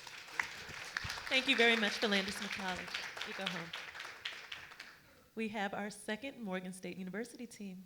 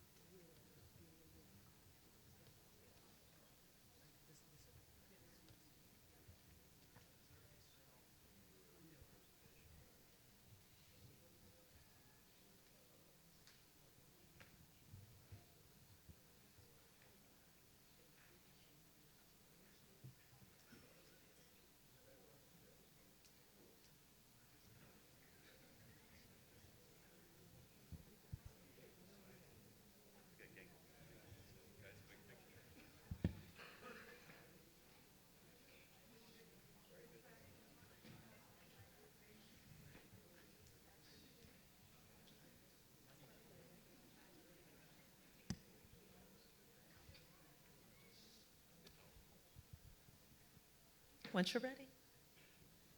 Good morning, everyone. Here we are, Team Morgan 2. So I'm Nashid Kaldem. I'm a PhD candidate in transportation and urban infrastructure. And I am Martin Degwa, Doctor of Engineering candidate. And I'm MD Muhib Kabir. So this is not a medical doctor MD. This is the first name MD Muhib Kabir, also a Doctor of Engineering student. Please. So today we are here to present our architectural design and one small prototype to bring foods to the people, vulnerable people, to the food desert areas. So for that one, in our AAAS, we targeted like the goal, UN Sustainable Goal. That one is zero hunger. And just for everybody's knowledge, a small amount, like what is a food desert? Food desert is the areas where mostly low-income people live, where the median income, 20% people's median income is less than regular people, and there are people of, most of the affected peoples are people of color, the disabled people, elderly people, maybe like single moms, they are in food desert areas. And when we choose the topic, there are two reasons. One is our personal reason, we face the problem, and the second thing, when we did our background studies as well as our previous research, we find out that one of the major problem in food desert area is the transportation, because there is a transit desert and most of the people doesn't have their own vehicle to go to the grocery stores. One of the important thing in food desert is in urban areas, the nearest supermarket is more than 1 mile away, and for the rural areas, it's 10 miles away. So who are the vulnerable people? They cannot walk there to do their daily grocery or bring their foods on table. And the personal experience, my colleague is going to share. Thank you, Nashid. So before we begin, I'll give you a little vignette or backdrop to our infrastructure design. I have an aunt who resides in West Baltimore, Cherry Hill, which is already a recognized food desert. And in order for her, she's elderly, disabled, and she lacks transportation access. We have to, as a family, make arrangements within the family, which is always not easy to take her to the grocery store or deliver the food to her. So next is what we are proposing through this infrastructure, through this architectural design of how we can assist communities facing this food desert issue, not only in building more cohesive neighborhoods, but also active neighborhoods within themselves. So for the first part is within our architectural design is the representative of the community signs up on the communityfoodconnections.com website. So this is the sign up, and they'll be asked for various information, which includes the first name, last name, the address, the community name, the state, phone number, email, and the role. And after the sign up they'll come to the dashboard, which also is where the model resides. It's easy to use, whereby once the community representative, after they sign up, they can confirm the initials of the representatives, the details. All they have to do is right click and drop these two models into the app. Next, once now on the app itself, they have the menu option and the app model, which they can customize with the name of the community, and the volunteers can also be able to sign up the times and availability, and the end user information is also here. Now on the initial app that the community representative has already signed up for, on the menu there are 4 settings which are customizable. Two of the settings are spatial related and cannot be changed. The availability of the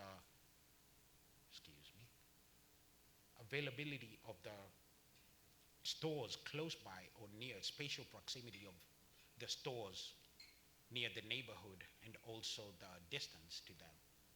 The first setting right here is dependent on the community themselves and the volunteers, the availability of the time they can add. It can be from 10 to 6 with intervals of every 2 hours or so, or it can be customized according to the needs or availability of the drivers themselves and the user needs, the user being the community residents themselves. And on to the prototype.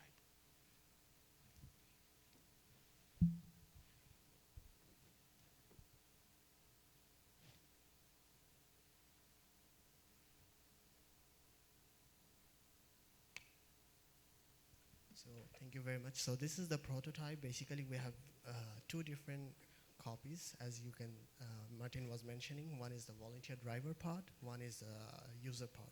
So we wanted to make 2 different because it's a replicable model all around the US. So that's why making both of them application interfaces in one application will make the database too heavy to run on the user end. So that's why we keep that separated. So this is the prototype that you're seeing is the driver's app. So when the driver signs up, logs in, and they come to this particular map view where they see the client locations. So the blue dots that you're looking into is the location of the clients, and if you click, they have the details like what is their address, what is their reason that they need this help. They're signing up to ask the drivers to deliver the food for them, is they don't have any transit access, and if they have any preferences like where do they want the driver to do their grocery for, or if the driver is going to that similar type of groceries that they do groceries, and what are the list of groceries that they need at the bottom, and you can see. And also, if someone is not familiar with the map navigations, they can also come to the third pan where it comes as a like detail view or card view where they can see the same details, the first name, the address, then the list of grocery stores, and how they want to pay back when the driver delivers the food, whether it's a cash preference or they have Cash App or they can Venmo. Those preferences are there. So these informations are basically overlapping between the drivers as well as the users so that they have a common ground to serve and make a very comprehensive community. And then they can basically view their address on the map, they can text, they can call. So, and also since it's a driver app, they can basically sign up as a driver. Say for example, Martin used to drop groceries for his aunt, so he can sign up in this app. So again, we have two different options. One is Martin is very good at navigating over the maps. He can just drag and drop and use this pin at the right bottom corner to drop his location. It's automatically gonna generate the location from the Google APIs, and then when the address that you see on the top box is correct, you hit right and you give all those necessary information that we were talking about, and it generates the physical address. And what Martin was saying, like we have 4 different customizable options, data sets that we can do based on the community level, is the service time or the time of operation, the list of groceries, which I click, I have all those options. This is the model one. So then I can, as a driver, I can see like I can only drive for 5 miles from my location to deliver the groceries. And then I can choose what is my payment options. Probably I prefer cash. So things like that, and then we save. It's gonna be saved in that location. Right now I'm just discarding it. So again, Martin is very good at map. I'm not good at map, okay? So I don't know anything about map. I cannot find myself on the map. So what is the option for me? So for me is the plus sign that you see at the bottom of the location icon is the same thing. Right now I have to put everything by myself. I put my physical address in there, and again, it communicates through the Google API to generate the location points. And then I did a mistake while I was typing. I had a typo. I go to the driver details and find myself and hit the edit button to edit that information and save it again. So this is basically the driver interface that you are looking into right now. So let me just get into the client interface as well. So in the case of client interface, it's pretty similar. It looks very similar, but the pans are a little different. So it starts with the location of the volunteer drivers. So I signed up as a client. I don't drive. And when I sign up, I use my user credentials and log in, and then I see the red dots. Those are the potential drivers who are right now available. So I click, again, very good at map. Click into the one of those. I have the details, what type of, where is they located at, what is their operation hours, what are the grocery stores they go to, what is their service radius, and what is their preference of payment. And then again, I can just choose one of them. I can just call and text them. I'm very comfortable with calling them. I can call. I'm comfortable texting them. I text them. So on the other hand, right now, let's switch the roles. Martin is not familiar with the map, so he goes to the driver's details view. He got all those details again, the name, the service hour, the markets that they go to do their groceries, the service radius, then the preference of payment, and then their communication options, text and messages. And finally, Nasheed, the lady, she's a new person, she wants to sign up. How do she sign up? So again, she is very good at map. She just hits the location button, drags it down to on the top of her house. Google API generates the information and does full information. That's it. And finally, I'm sorry, Neela is not good at map, so Neela hits the plus button and does all that by just typing the information. So that information is, again, once it's saved, it's going to be updated on the back end, and it's going to be available to the drivers as well as on the client end. So that's basically our prototype design that we are focusing on. And as we said at the beginning, we are targeting the SDG goal 2, the zero hunger, connecting food to the people. At the same time, the idea came from our personal experiences as well. So thank you very much. And also to add to what we just presented right now, this architectural design is adaptable and scalable, not only from the micro level but to the micro level of all administrative spatial levels of the government, from the block group, if you're familiar with that, census tracts, all the way to the PUMA level, and also from the municipality or into a national level. Thank you. And this is how, like, Martin's auntie is going to connect with somebody who is bringing her food to the table. Thank you. Thank you very much.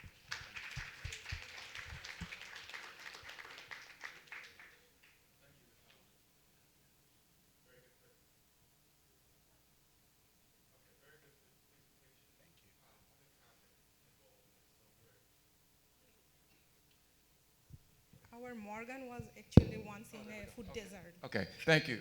Very good presentation. I'm at Coppin in Baltimore, so I'm very familiar with the food desert issues in Baltimore. How do you plan to address the security issues for not only vetting the drivers, but also you have cash as an exchange medium, but have you given any thought to that liability issue? So, not sure whether I iterated this enough, but this solution is for the community, by the community. A community representative, for example, for example, a community, we'll just call it, Calvert. The community representative fills out for this information on the architectural design. And it's the driver volunteers are from the community itself. So it's one person within the community importing this data for volunteer drivers or identified people within the community, and it can change. The user or the resident who is in need of the food services can also become a driver, and the driver can also be in need of these services. So it's for the community and by the community. That's already in place through the community organization.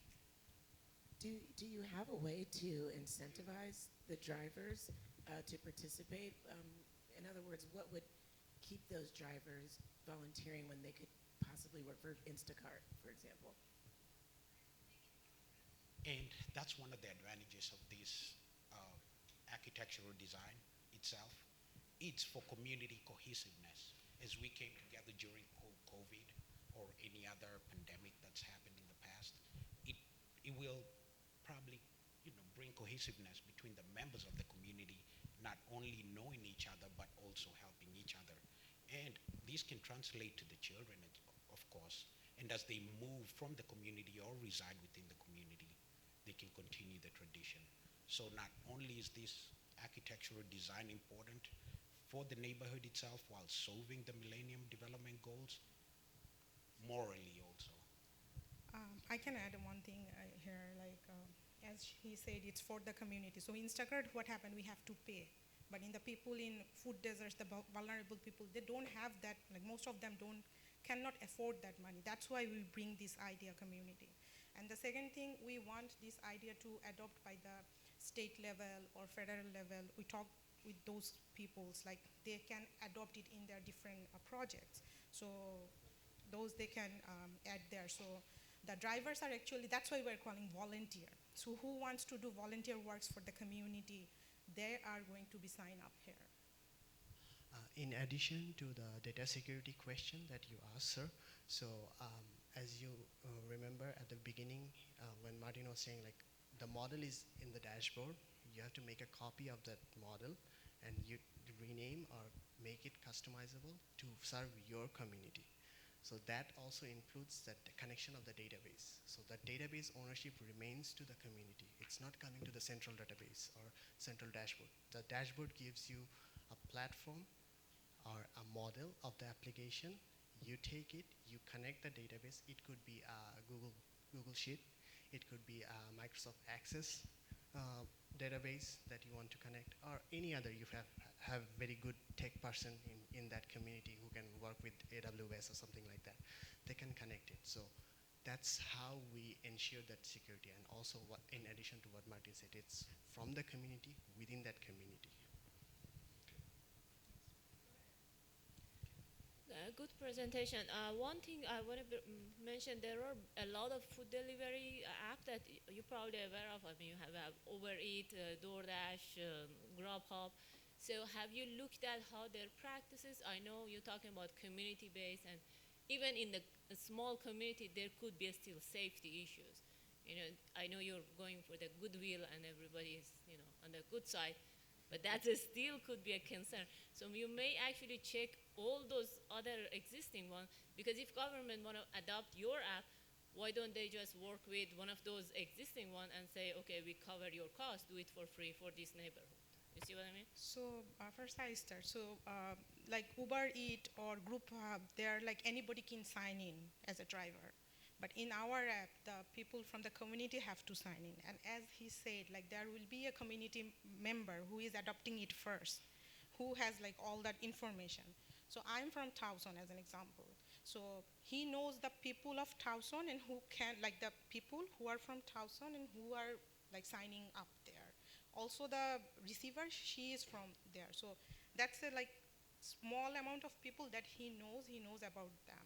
And the security concern, if you say like when they're going, taking the money, delivering like the grocery money or something in that between, like we know who is the receiver, who is the volunteer. So that's the thing. Thank you very much for the comment. In addition to what my teammate said is when you said about the existing commercial applications that are in the market, so the basic difference or one of the interesting difference from us and them is how much that particular commercial application is able to customize to serve a specific community. We have that question in mind. So that is our where is our app comes in. So if you, as she said, she's from Towson, I'm from Baltimore. He's from Howard County. So things like that. Those locations, they have specifications. As we saw, like the grocery store lists. In front of my house, within that 2-mile radius, I have only Walmart and Lidl. I don't have anything else. And I don't need all those lists in my application as well. That will confuse my users. So from that point of view, the commercial applications are in the market. I'm not objecting or I'm not saying anything. Those are not good or bad. But the point of how much they are customizable to serve a specific community needs. That was our question, and we want to answer that through our application design that we are proposing, that it is serving each community's specific needs. Each person's need is valuable to this particular design. Thank you very much. I just want to add another thing, like there was a study on Baltimore food desert, one part of food desert by our Maryland Transportation Association, and that report, they show that they, once a time, they had a collaboration with Lyft for the transporting people to the grocery store. They started that, but most of the time, those services, like the drivers are not available on those food desert areas. So that's another concern. Like it's not like always like the Lyft or Uber, those are not always available. Like when the participant needs, maybe she don't find the the driver or something like that. So that's another reason, like as I said, like those areas, like if you're thinking about rural areas where the nearest food market is 10 miles away, and if I don't have my vehicle and there is no Uber or Lyft nearby who can like cooperate with the government. So that's the thing, like maybe my neighbor, he is going to the grocery, he can sign up as a driver and he can help me out. So that's our main goal. Thank you. I believe the Lyft service is ongoing. Thank you. Thank you. Thank you. And our final team from Jackson State University. Good job.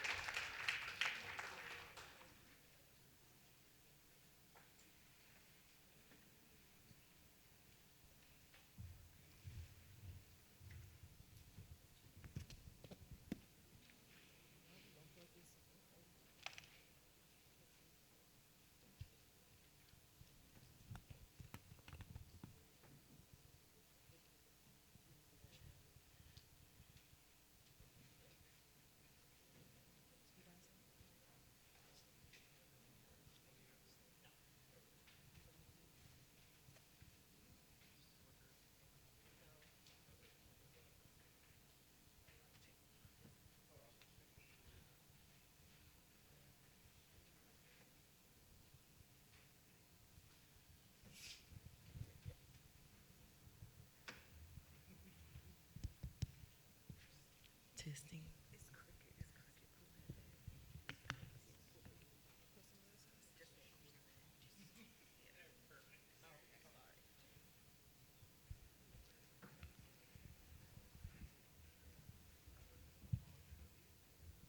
Looking good, looking good. Let's get a quick picture before we start. Everybody stand in front.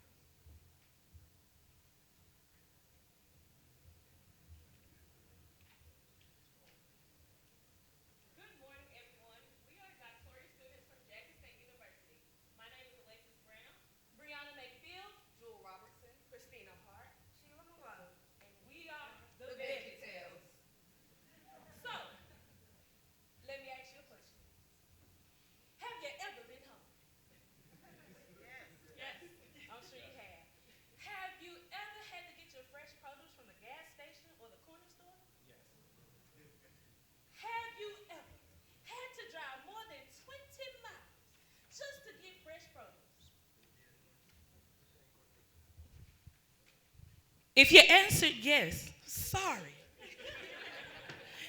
If you answered yes to any of those questions, I can pretty much assure you, you probably live in a food desert. But we have the solution just for you. Did you all know that Mississippi for the past 8 years has been the hungriest state in America? And we are sure that there are populations across the nation that are similar. Food insecurity is the most measured poverty metric in Mississippi, which is why we are addressing the United Nations Sustainable Development Goal number 10, reduce inequalities. Fresh produce isn't just a want, but it's also a need. According to the dietary guidelines of Americans, Americans need 2.5 cups of vegetables as well as 2 cups of fruit daily for their intake. Got hunger? Need help? We have the solution just for you. Endorse Veggie Source. You will endorse Veggie Source. You will endorse Veggie Source. Some of you have indicated that you live, have lived in a food desert, or know someone who's been impacted by food scarcity. Each of you have probably grown a variety of plant before. I bet my firstborn that you've got a cell phone on you right now. Let's see, hold them up.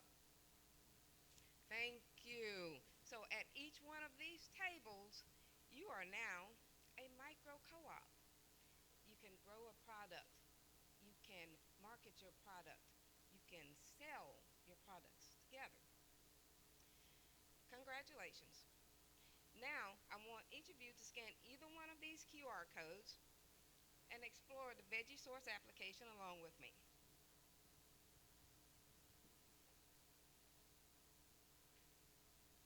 So on the home menu, you can learn more about Veggie Source, about the growers in the community that we're piloting our app in. You can order their products online. Farmers and consumers can sign up on this app. You can read the blogs, get information posted by people in the community, and you can use it to contact us. What we've done is leveraged Microsoft Power Apps and AI to design an app that is customizable so that it can be adapted to a community's specific needs. VeggieSource enables growers and consumers to engage in e-commerce, to buy and sell from each other, and keep their resources within their community. Now, I want each one of you individual table co-ops to imagine that 10 to 20 of your friends within your same community joining your co-op. What's to stop you from trading on a larger scale beyond your communities? Why can't you become a serious competitor for that grocery store chain that's 20 miles away from you? Venture capitalists. Look at what we're cultivating here. An incubator providing a steady flow of entrepreneurs. Your next best investment opportunity will come from a crop of entrepreneurs that you grew, no pun intended. So, here's what we love about the app. The app is easy to use. For farmers, it's free publicity for their produce, as well as consumers. You can see in your local community what's available. This app can also be used at any time as long as you have cellular data or Wi-Fi connection. And last, but certainly most important, it's perfect for you, your mom, your grandparents, your entire family, because it's user-friendly. Combating food insecurity, one community at a time.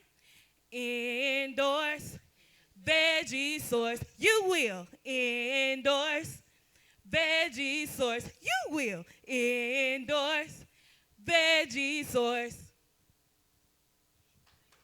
Thank you. That was excellent. Great job, great job. We'll start with judges. Very nice presentations. I just used your app, tried to order a bunch of things, it didn't go through. Well, we we took it live so that we could allow you to interact with it, explore it here today. The purchasing features will be added after this conference, because those would actually, if we took the payment methods live, then those would actually be orders placed and you'd owe us money. So in the community where this app is being piloted, they have the option of making purchases online direct from those farmers, not from us, direct from the farmers who take various payment methods. They can either pick up from the farmer or the farmer can deliver to them because they're right there in their community.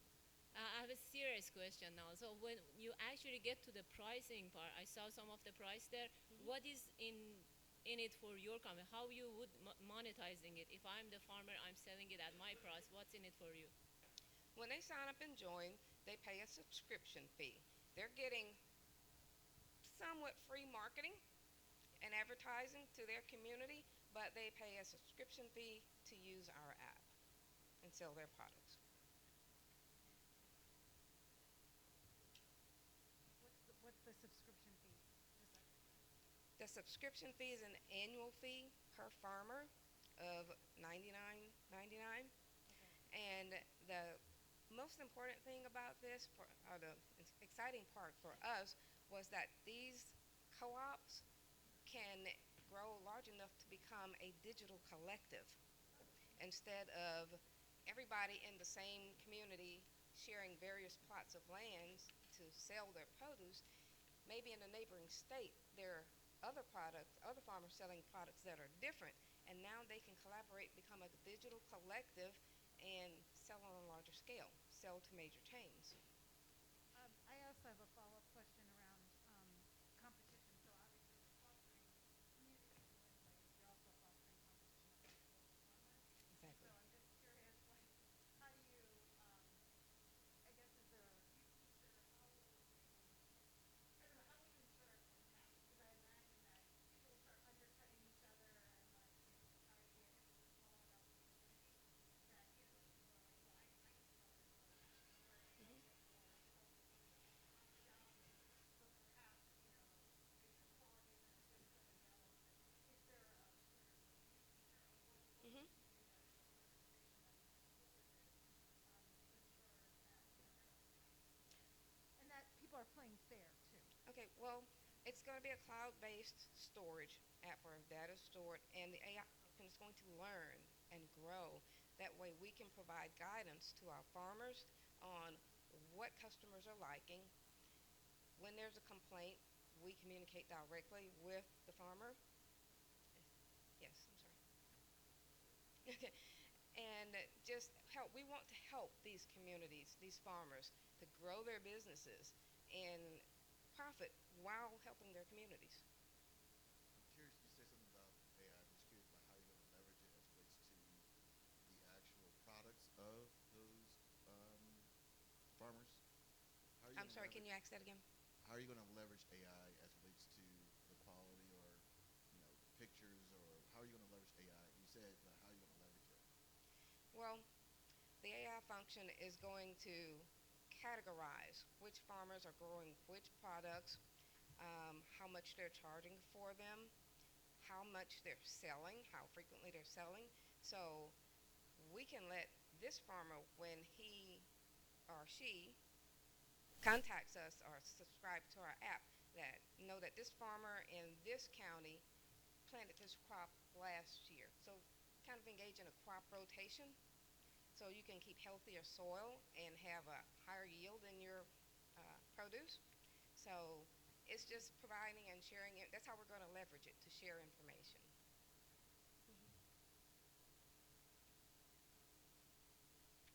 Any other questions? Y'all enjoy the app, explore it, and please bring it to your communities. It's not just a rural thing. Urban cities need food too. Absolutely. Thank you so much, Jackson State University. So that concludes the pitch competition. First of all, everybody give yourselves a round of applause. I have been blown away. Blown away. As you know, this year is the first year that we have been live streaming the pitch competition. I would love for everybody to just turn around, wave to the camera. Thank y'all for joining us on the live stream. This has been amazing. A few housekeeping notes. So we are mindful that checkout time is at 11 o'clock. We were going to start the faculty evaluation and the faculty session 5, the HBCU feedback session, and our student evaluations at 10:45. We would like to respectfully give you all time to go ahead and check out if you haven't done so. Our evaluation team has stated that they are able to start at 11 a.m. So we're going to ask that if you haven't checked out, you can go ahead and check out of the hotel, be back here at 11 a.m. No later than 11 a.m. We have to start on time for the student evaluation focus groups. We do need your participation. We expect everyone 100% participation for the student evaluation focus groups. And we would appreciate 100% participation with the faculty session 5. We really seek your input on how AAAS, this grant, can support you all. So that will be held in Congressional CD, where the faculty sessions were held yesterday. Again, thank you to each and every one of the teams. To our judges, we will convene right here pretty quickly. And thank you all for joining us. Just so I can make sure you all know who your judges are, I'm just going to pass the mic, and everyone can just go around and quickly introduce yourselves so that our student teams may know, because some of you have not met all of the judges yet. Hey everybody, Brandon Andrews. Lakeisha Greenway of Wearable Tech Ventures. Mahur Pras, Arizona State University. Ellie Feeney, AAAS Lemelson Invention Ambassador. I used to manage that program. Thank you for the shout out. Dorothy Jones Davis, Nation of Makers. Tarek Titwell, Venture Well. Baindu Bayan Paisley, BBC Entrepreneurial Training and Consulting. Ron Williams, Coppin State University, Center for Strategic Entrepreneurship. Good morning, Laura Collins. I'm the Office of Tech Transfer at North Carolina A&T State University. Thank you so much. Great job, everyone. We will see everyone back down at 11 a.m. Judges will convene in here. Yep. Thank you.